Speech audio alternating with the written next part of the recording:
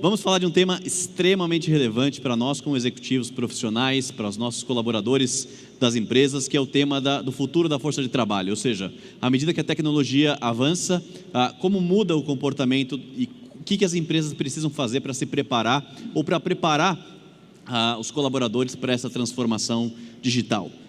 Nada melhor do que ouvir então João Lins. Enquanto ele sobe aqui ao palco, deixa eu ler um pouco da biografia dele. João Lins é bacharel em administração de empresas pela USP, mestre em administração pela FGV, com cursos de extensão pelo INSEAD na França, Harvard Kennedy School of Government, Estados Unidos, e York University, Canadá.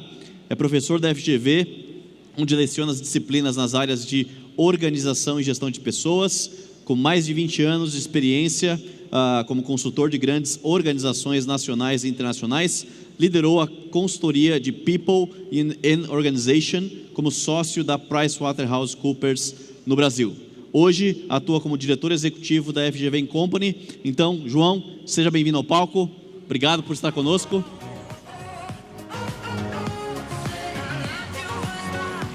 É o verde, tá? Aqui. Obrigado, seja bem-vindo. Obrigado, Fábio. Boa tarde a todos.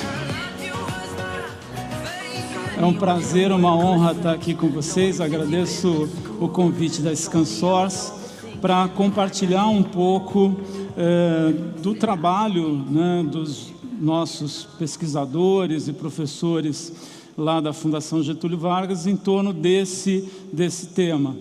Eu tenho me debruçado sobre isso já há alguns anos, mas o que eu pretendo fazer aqui é compartilhar com vocês, na verdade, não só as minhas pesquisas, mas também algumas ideias que estão sendo desenvolvidas por outros pesquisadores lá na Fundação.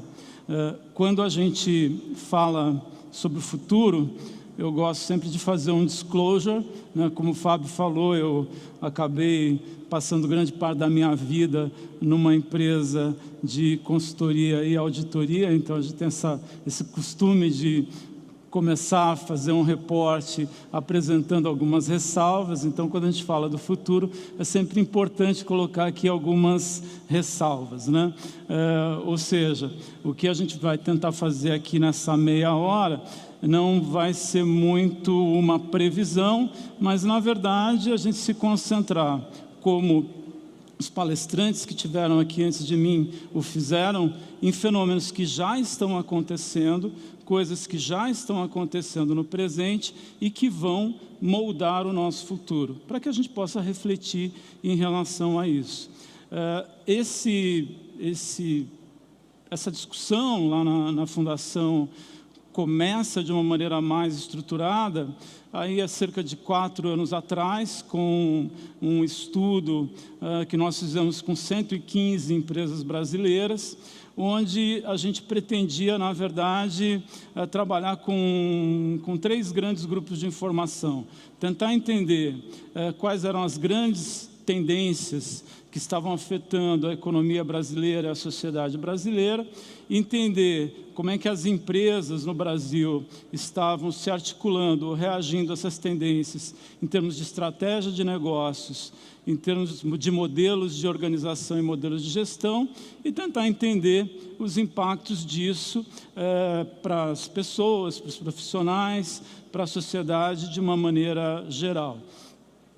E, a partir daí, né, o que a gente queria compartilhar com vocês hoje, né, nesse tempo que a gente vai dedicar ao assunto, é, na verdade, analisar 3 forças contidas nesse movimento que, silenciosamente, né, e paulatinamente, vão transformar o mundo do trabalho e o mundo das relações dentro das nossas organizações. A primeira delas é a mudança na demografia e na sociedade.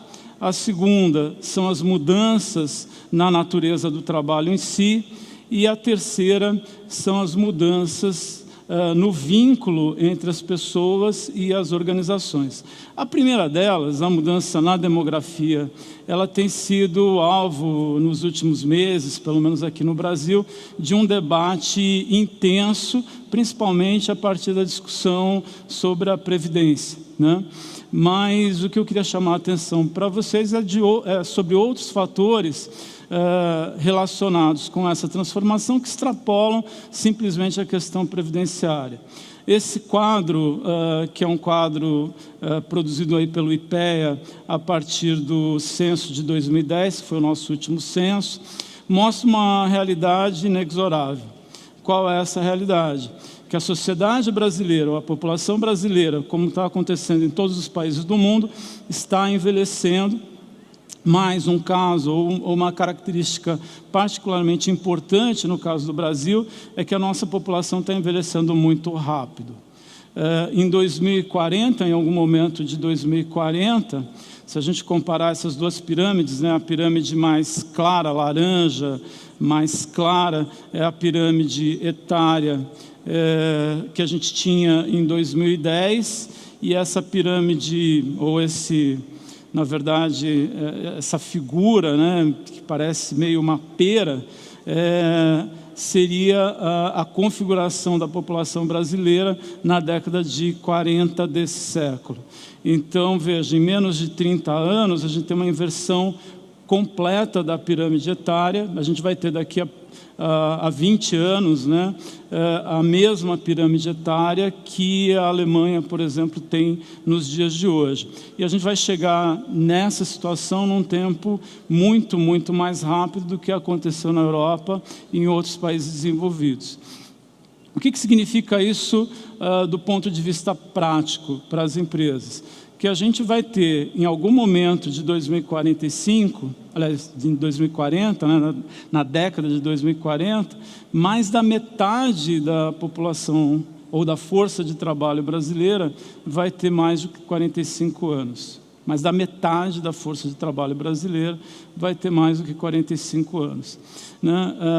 Na próxima década, a gente já tem uma situação onde a gente esgota o que a gente chama de bônus populacional, ou seja, aquela situação onde o número de jovens é maior do que o número de pessoas com mais de 60 anos. Isso a gente já vai viver aí na próxima década uma inversão dessa situação. Então, olhando esse dado inexorável, a gente começou a se preocupar. Bom, o que vai acontecer com a realidade do ambiente organizacional, né? E a gente tentou explorar não só os impactos preocupantes, os desafios das empresas, mas também os aspectos positivos relacionados a isso, né? A primeira coisa que é interessante a gente chamar a atenção é que a gente vai viver a partir do próximo ano, né? Já estamos vivendo esse ano, na verdade, uma situação onde, pela primeira vez na história, a gente tem 4 gerações convivendo ao mesmo tempo no ambiente de trabalho. A gente tem ainda os baby boomers, né? Eu sou aí raspa de taxa, eu tenho 54 anos, sou raspa de taxa dos baby boomers, né? E falo lá para o meu pessoal que eles vão ter que me aguentar ainda durante um bom tempo, né?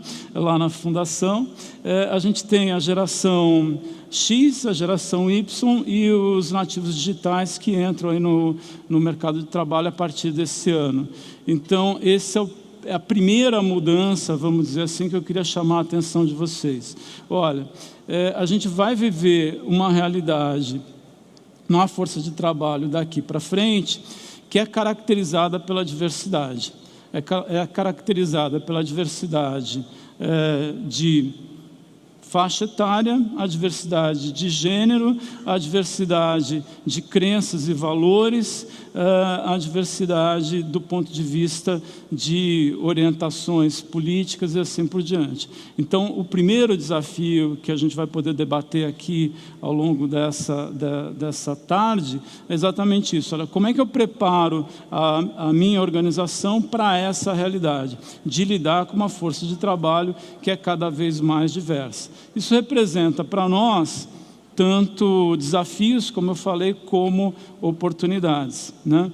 O fato da gente ter as pessoas trabalhando por mais tempo por exemplo, vai ser um aspecto interessante ou importante para as empresas, para poder conviver com uma situação que a gente tem cada vez menos jovens entrando na base da pirâmide, entrando no mercado de trabalho, né? Então, a gente vai poder conciliar essas duas coisas, desde que a gente faça os investimentos adequados e a gente se prepare de maneira adequada, né? A gente tem, eu comecei a palestra mencionando que a gente vai ter uma pirâmide etária similar à pirâmide etária hoje da Alemanha, né? Mas a gente sabe que a Alemanha tem uma das economias mais produtivas do mundo. O nosso desafio é como é que nós vamos preparar as nossas empresas, né, e as nossas pessoas para garantir esse mesmo nível de produtividade, né? A segunda força que eu queria chamar a atenção de vocês, de transformação, está relacionada com a mudança na própria natureza do trabalho. Assim, hoje pela manhã a gente viu aqui algumas mudanças profundas que a tecnologia vai trazer para a sociedade, né? Mas eu queria talvez colocar aí uma lente de aumento em dois aspectos fundamentais dessa mudança geral que está acontecendo. E chamar a atenção para vocês para dois aspectos. O primeiro é essa questão do crescimento do que a gente chama do trabalho imaterial, né? Ou seja, o trabalho que não está relacionado simplesmente com a produção de bens ou produtos físicos, mas o trabalho que está relacionado com o processamento de informações, com o relacionamento entre as pessoas, com a criação, com o desenvolvimento de coisas e assim por diante. Esse é o motor da economia no século XXI, né? Ora, quando o trabalho se torna imaterial, uma série de coisas que a gente estava acostumado nos modelos de gestão das empresas passam a não fazer mais sentido, né? Primeiro, a questão do horário de trabalho, né? Esse é o primeiro desafio que a gente vai viver aqui no ambiente brasileiro. Quando é que se trabalha, né? Se trabalha de manhã, se trabalha de tarde, se trabalha quando é que você está no chuveiro, quando você está no caminho do escritório. Quer dizer, em várias situações a gente vai visualizar profissionais que estão trabalhando em vários lugares diferentes e o tempo todo. Ou seja, que o controle do tempo do trabalho e do local do trabalho não faz muito mais sentido. E a gente precisa se adaptar do ponto de vista legal, institucional e também, por que não, do ponto de vista de gestão, para essa nova realidade. A outra mudança importante que está acontecendo já nos últimos 30 anos, né, mas que vai ter um impacto extremamente importante daqui para frente, é o processo de automação do trabalho intelectual. A gente vai viver nas próximas décadas um processo similar do ponto de vista de impacto da automação do que os nossos ancestrais viveram na primeira e na segunda Revolução Industrial. A primeira e a segunda Revolução Industrial foi marcada pela automação do trabalho físico, e a gente viveu as consequências dessa automação do trabalho físico até vive isso até os dias de hoje. Daqui para frente, a gente vai ver uma intensificação da automação do trabalho intelectual.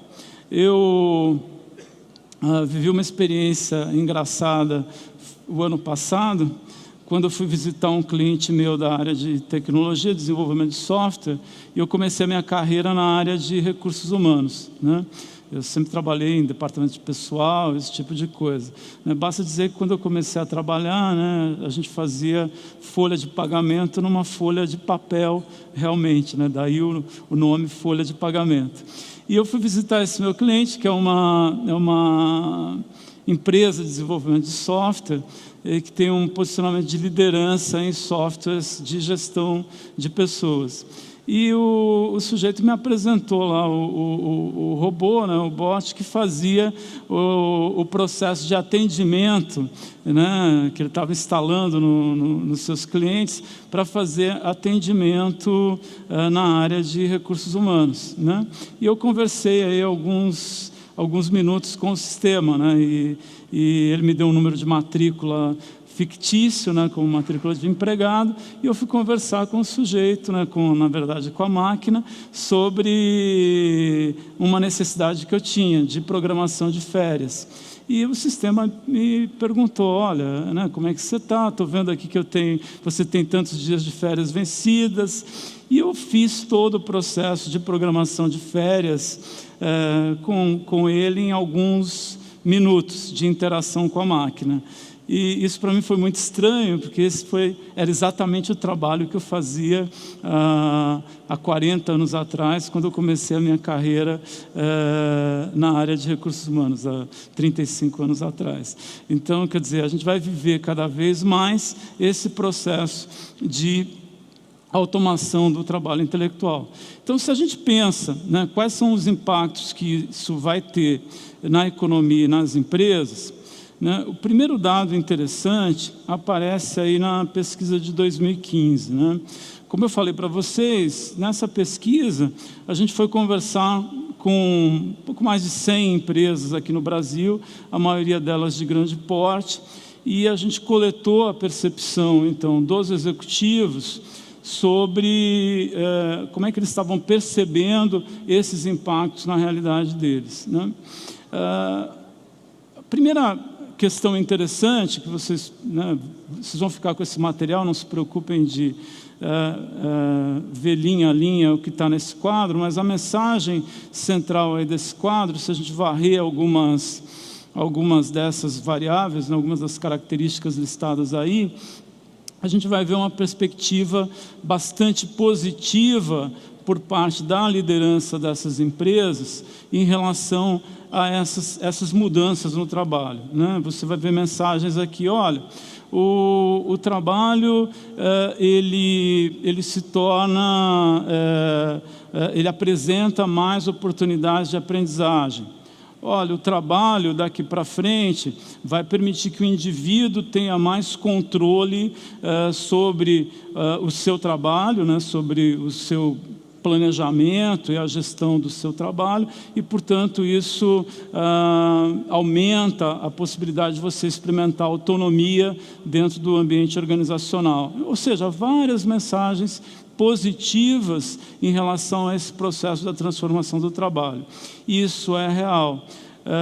Contudo, quer dizer, como pesquisador, eu não posso deixar de destacar, e me chamou a atenção no estudo, que ninguém trouxe, ou trouxe de uma maneira muito pouco frequente, as preocupações relacionadas com os problemas, com as dificuldades. Tá? E é claro que, apesar, né, de concordar que essa transformação é extremamente positiva e que o impacto da tecnologia no longo prazo traz prosperidade e crescimento para as pessoas, a gente não pode negar a situação de que a gente vai ter um problema e um grande desafio de ajuste no curto prazo. E quanto antes e quanto melhor as nossas empresas se prepararem para isso, mais fácil vai ser a transição, ou melhor dizendo, maior a probabilidade da gente realizar os benefícios dessa mudança. Quando a gente explora um pouco essa perspectiva mundialmente, eu achei bastante interessante compartilhar com vocês esse estudo, ele também está disponível aí na internet, que trabalha justamente essa questão. Olha, a gente vai viver um processo de transformação do trabalho conformado por aquelas duas forças que eu mencionei minutos atrás, mas ele não vai ser um processo de mudança homogêneo. Na verdade, ele vai ser extremamente heterogêneo. Você vai ter diferentes mundos do trabalho acontecendo simultaneamente. Da mesma forma que aconteceu com as revoluções anteriores, né? Com a primeira revolução industrial, com a segunda, com as transformações do século XX, a gente vai conviver no nosso ambiente econômico com vários modelos de organização simultaneamente. Então, o grande desafio do ponto de vista do gestor, do ponto de vista do líder empresarial, é entender no seu segmento específico, na sua empresa em particular, como é que o cenário vai se configurar. Esse estudo é interessante, ele foi feito em parceria aí com o Boston Consulting Group, né? É um estudo global, ele envolveu mais de 300 organizações, e eles conseguiram mapear, né, na verdade, 3 grandes vetores para construir os cenários, né? A velocidade da mudança tecnológica, a capacidade de aprendizado da força de trabalho e a possibilidade de mobilidade de talentos numa determinada economia, num determinado ambiente. Então, você vai ter as dificuldades ou desafios e as oportunidades de cada mercado, vai depender da configuração dessas 3 coisas. Ou seja, se eu estou num mercado onde a evolução tecnológica é relativamente lenta, hoje está sendo cada vez mais difícil encontrar esse mercado, mas tudo bem, né? Eu consigo ter mais tempo para me adaptar, preparar a força de trabalho, mobilizar as pessoas para conectar com esses novos jobs, com essas novas funções, etc. Se eu estou num ambiente, né, no outro extremo, onde a velocidade da transformação tecnológica é grande, a capacidade de aprendizagem da força de trabalho é mais lenta e a dificuldade de mobilidade é complexa, eu vou ter um problema. Vai ser muito mais difícil para as empresas se adaptarem nesse ambiente. Eu chamo a atenção de vocês porque quando a gente fala do contexto brasileiro, a gente vai perceber que a gente tem regiões e segmentos de negócios ou indústrias, né, segmentos da economia, vivendo talvez quase todos esses cenários listados no trabalho do Fórum Econômico Mundial. Né, a gente tem um desafio muito grande, né? Hoje a gente vive aí uma situação onde a gente tem cerca de 13 milhões de pessoas desempregadas e que começaram a deixar a economia, né, ou deixar o ambiente empresarial em 2013 e 2014. O nosso desafio vai ser, voltando a economia a crescer, como é que a gente vai reabsorver essas pessoas no mercado de trabalho, onde em alguns segmentos, em 4 anos, você já teve uma mudança profunda de tecnologia, de modelos de negócio e talvez os skills, as competências dessas pessoas não se encaixam mais na necessidade das empresas nesse momento.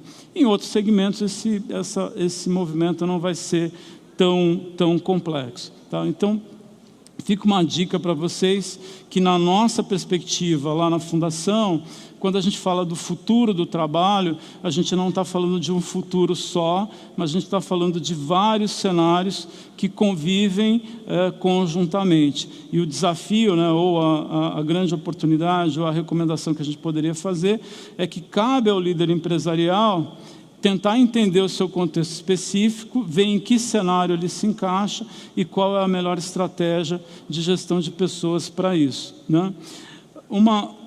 Uma outra mudança que está acontecendo, né, no que se refere a essa relação entre tecnologia e mudanças na sociedade, e é justamente no que se refere à mudança nas competências necessárias para a realização do trabalho. O Luiz vai trabalhar um pouco mais isso também na palestra que vem a seguir, e a gente vai poder debater isso em conjunto. Mas a mensagem, de novo, né, no próprio estudo aí do Fórum Econômico Mundial, que a gente percebe claramente é que a gente está diante de uma situação de desaparecimento de alguns tipos de trabalho e emergência, o surgimento de outros tipos de trabalho, de outras posições, né, de outros cargos e funções. Né?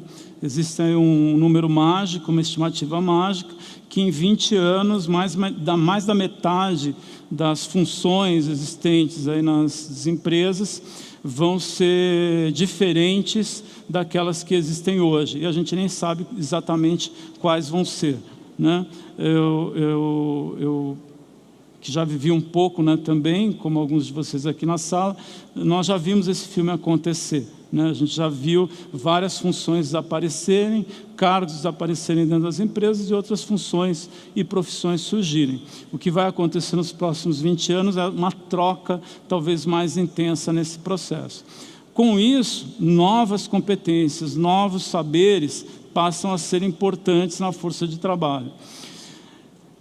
O que a gente percebe nesses movimentos, de novo, é extremamente difícil de você prever, essa competência vai ser extremamente valorizada nos próximos 5 anos, aquela competência, a competência de liderança ou a competência XYZ vai ser extremamente valorizada nos próximos 5 anos. Isso é muito difícil de prever. Mas quando a gente olha os movimentos nesse quadro, a gente percebe claramente o seguinte, que as competências que estão em ascensão são aquelas competências que envolvem habilidades cognitivas complexas. Tanto no que se refere de lidar com a realidade objetiva, né, ou seja, lidar com números, lidar com lógica, lidar com problemas, lidar com os dados, né, como as capacidades cognitivas necessárias para eu lidar com a realidade subjetiva, ou seja, com as atitudes, os sentimentos das pessoas dentro as ideias dentro de um contexto organizacional, de um contexto social. Eu não gosto muito do termo soft skills, né, que se popularizou aí nos últimos anos, né, porque todo mundo aqui que já, por exemplo, precisou negociar com um sindicato ou fazer uma negociação complexa num processo de fusão e aquisição ou num acordo internacional, sabe que negociação não é algo soft, é uma coisa difícil pra caramba e que você tem que se preparar para fazer bem. Então, não gosto muito desse termo soft skills. Eu gosto mais dessa classificação entre habilidades e competências de relacionamento humano e habilidades e competências para tratar com o mundo objetivo ou com o mundo quantitativo e assim por diante. No caso brasileiro, nossos executivos, nossos profissionais, etc., tem desafios relacionados com os 2 tipos de competências. A gente atende lá na Fundação, hoje, na educação executiva, a gente tem atualmente, né, nos nossos cursos, cerca de 40, 50 mil alunos no Brasil em educação executiva. Adivinhem qual que é a disciplina onde a gente tem mais reprovações? Finanças, né? Contabilidade, né? Então, assim, a gente tem desafios em desenvolver novas competências de liderança, sim, novas competências de relacionamento, mas também a gente tem desafios de lidar com as disciplinas hard, né, quantitativas, lógicas e assim por diante. Isso vem, de certa maneira, da nossa matriz educacional, né, da base educacional. Tá?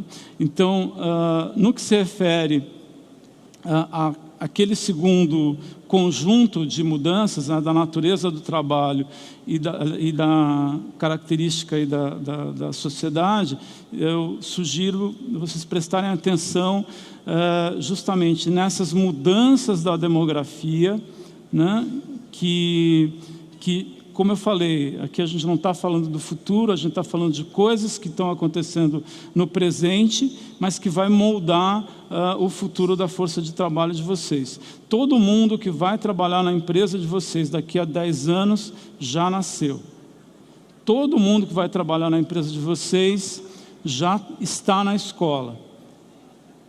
O que esse pessoal que já está trabalhando tem como característica, tem como valores, tem como principais necessidades e expectativas, e esse pessoal que está chegando, idem, quais são as expectativas, os valores e as características dessa população que está chegando. Porque eu tenho que desenhar um ambiente organizacional que absorva essas várias gerações convivendo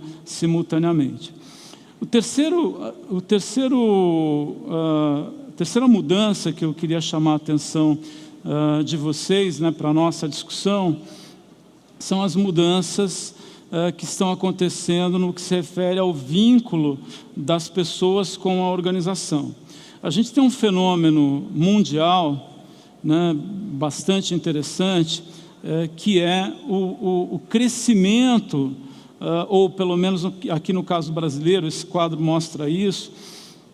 A gente tem uma estabilidade muito grande na economia brasileira nos últimos 18 anos, né? Se a gente pegar o quadro e puxar até a década de 90, vocês vão ver números muito semelhantes da parcela das pessoas que trabalham por conta própria e no trabalho informal, né? Então, tanto a gente vai viver, se vocês olharem essa série histórica, né, tanto nos períodos de prosperidade, que a gente viveu de maneira muito intensa entre 2007 e 2013, né, antes do início da crise atual, vocês vão ver que os números variam um pouco, mas sempre a parcela de pessoas que trabalham por conta própria e no trabalho informal se mantém estável. Se a gente observa as economias mundiais, esse mesmo comportamento surge, quer dizer, no caso até das economias mais desenvolvidas, esse número de pessoas que trabalham por conta própria vem aumentando. E o fenômeno nos últimos 20 anos que chama a atenção dos pesquisadores e dos executivos de uma maneira geral, é que quando a gente falava dessa população que trabalhava por conta própria, a gente falava quase que exclusivamente de um grupo de pessoas que, por problemas relacionados à sua condição social, à sua condição econômica, não tiveram acesso à educação e não podiam disputar os melhores empregos. O que muda nos últimos 20 anos, isso foi um fenômeno que a gente começou a observar principalmente em torno ali do Vale do Silício, foi o aumento do número de pessoas altamente qualificadas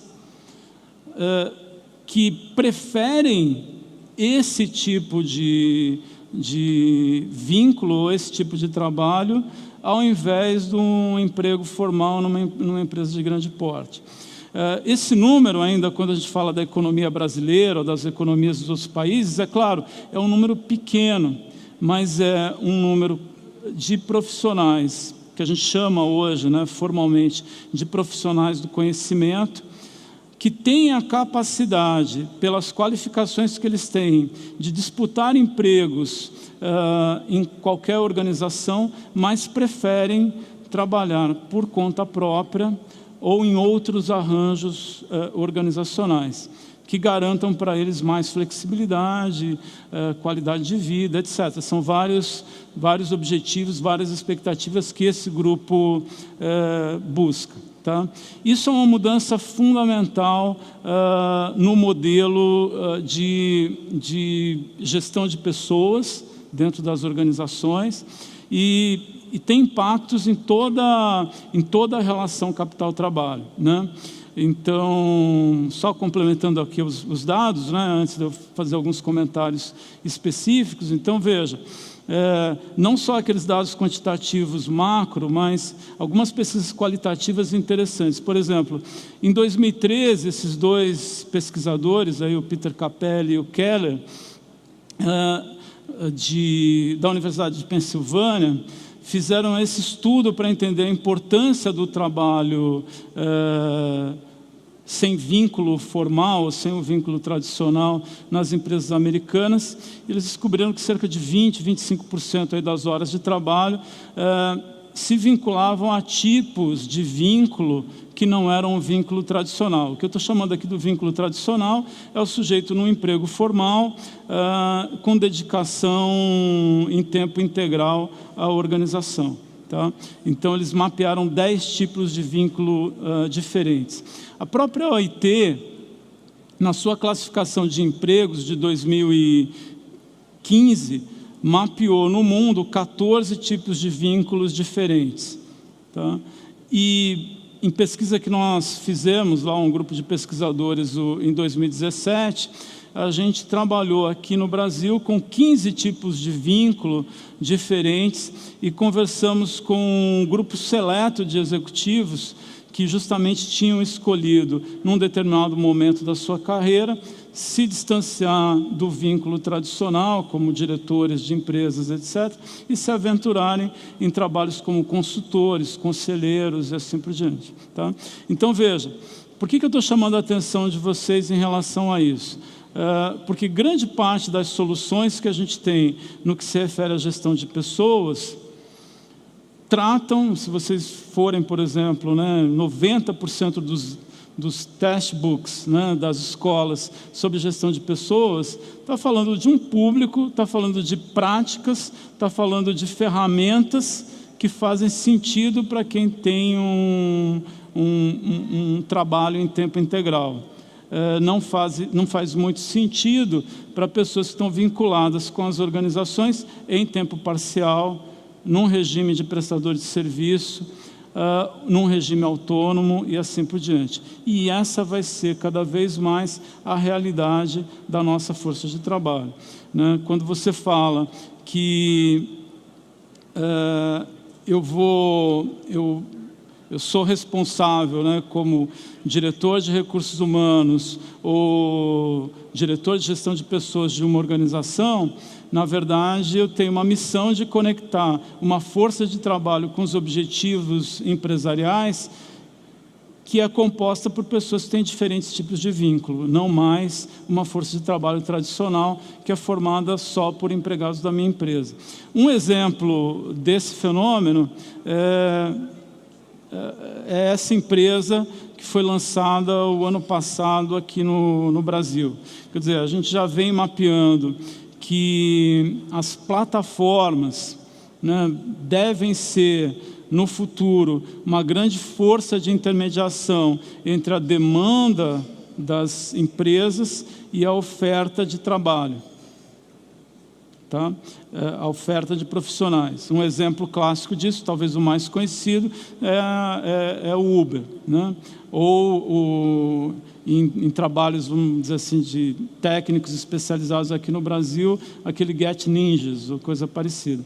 Essa empresa aqui, a Austra, foi lançada, é uma startup, está em soft launch, já tem 600 profissionais altamente qualificados, consultores, especialistas em software, em gestão de projetos, etc., vinculados à plataforma e que se conectam com as empresas numa base temporária ou numa base de prestação de serviços pontual vinculada a projetos. Então, essa é uma realidade que já está acontecendo e tende a se intensificar na próxima década. Quais são os impactos para os gestores, para as empresas e, por que não dizer também, para os indivíduos de uma maneira geral? A gente precisa pensar em novos modelos de liderança e novos modelos de gestão. Eu comentei com vocês naquela pesquisa de 2015 que a maioria dos executivos entrevistados tinha uma perspectiva bastante positiva em relação a esse futuro do trabalho, ou esse novo mundo do trabalho, as novas relações que a gente vai construir. Porém, a gente perguntava para esses executivos o seguinte: bom, em 2015, se isso é positivo, o quanto a sua empresa já mudou nessa direção, para a adoção de modelos flexíveis de trabalho, tempo parcial ou coisa parecida. E a resposta foi muito pouco. E quando a gente listava quais eram as barreiras para fazer essas mudanças, a grande maioria desses pesquisados falaram: olha, a mudança é muito mais cultural, é muito mais de modelo de gestão do que uma dificuldade em termos de tecnologia e até mesmo, naquela época, em relação à legislação. Tá? E a nossa legislação evoluiu nos últimos 4 anos. Organização por projetos e redes tende a ser uma norma ou um padrão mais frequente daqui para frente. Isso também é um desafio para as organizações brasileiras. Cada vez mais, né, algo que a gente viu aqui hoje de manhã, a gente vai perceber que a realização do trabalho no ambiente organizacional vai depender de uma boa integração entre os sistemas e as pessoas que trabalham dentro da organização, né? A gente precisa pensar novas abordagens para as carreiras, né, em função do que nós comentamos em termos de novas expectativas da força de trabalho, né, do pessoal que trabalha, e também essa questão da diferença dos vínculos. Se eu vou ter pessoas que trabalham por mais tempo, ou tem uma carreira mais alongada, o que vocês vão ver de maneira mais frequente acontecer é que a pessoa não necessariamente durante os 30, 40 anos, 50 anos que ela trabalha, vai querer ter o mesmo tipo de papel, o mesmo tipo de função. A gente já está experimentando esse fenômeno nas universidades de receber várias pessoas que voltam aos 40, 50 anos para fazer uma graduação, um mestrado, um MBA, diferente da sua área de origem, porque já está planejando, em algum momento da sua carreira, mudar a sua formação. Então, isso vai ser cada vez mais frequente, tá? E o que já foi falado aqui também é que a gente entra numa era onde os profissionais precisam aprender continuamente e eu tenho que criar condições dentro das empresas para que esse processo de aprendizagem seja facilitado, seja incrementado, sob pena de perder produtividade, sob pena de perder competitividade no longo prazo. Então, as ideias que eu queria trazer para vocês, para estimular o debate, eram basicamente essas e fico aí à disposição de vocês no próximo bloco.